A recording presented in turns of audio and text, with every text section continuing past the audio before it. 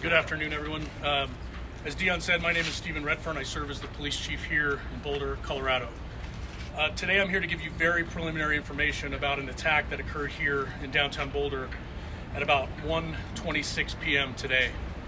At that time, Boulder dispatch received several calls to the county courthouse located at 1325 Pearl Street here in Boulder. The initial callers indicated that there was a man with a weapon and that people were being set on fire.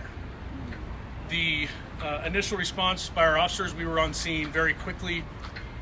When we arrived, we encountered multiple victims that were injured with injuries consistent with burns and other injuries. While our officers and paramedics and fire department personnel got those victims quickly to the hospital, our officers were pointed out, a suspect was pointed out to our officers on the scene. Our officers immediately encountered that suspect who was taken into custody without incident. That suspect, who I'm not able to ID at this time, was taken to the hospital with some minor injuries as well. And there's a lot more we're investigating right now before I'm able to release information on that person. The scene itself is contained, but we have a large area here in downtown Boulder closed off right now. Businesses have been closed and we have asked people to avoid the area. This area is not safe yet. We're dealing with a vehicle of interest. We're dealing with a large area that we are making sure it's safe before we allow people to come back into the scene. If your vehicle is here in the several block perimeter that we have, please follow our social media. We will announce when the roads are open and people can retrieve their vehicle as well. I appreciate everyone's patience as we work through this complex scene. What I will say lastly is this was a beautiful Sunday afternoon in downtown Boulder on Pearl Street, and this act is unacceptable. I hope you'll join me this evening as we're working through this investigation. We are working, I just came from the command post. We've got dozens and dozens of people here, our state, local, and federal partners, working through this to figure out exactly what happened. I ask for a little bit of patience as we do that, but also I ask that you join me in thinking about our victims, the families of those victims, and everyone involved in this tragedy. Our hearts go out to them, and we are going to do everything we can to work as hard as we can throughout the evening to provide more information and get answers for everyone. With that, as I stated, it would be irresponsible for me to speculate right now on motive and other things. I will take maybe a handful of questions, but then I've got to go back to a briefing. I had a quick one. Yes, Sean. Was an actual protest going on when this occurred?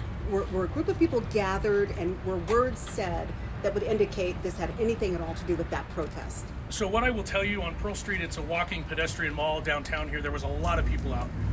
Very beautiful day. There was a group of pro-Israel people that were there in a peaceful demonstration. I wouldn't even call it a protest. I believe that happens frequently down here. They were there in that area. We are looking and actively interviewing victims and witnesses to determine if that group was targeted or others, and we just don't have those answers yet. Those are things we hope to be able to provide you later this evening.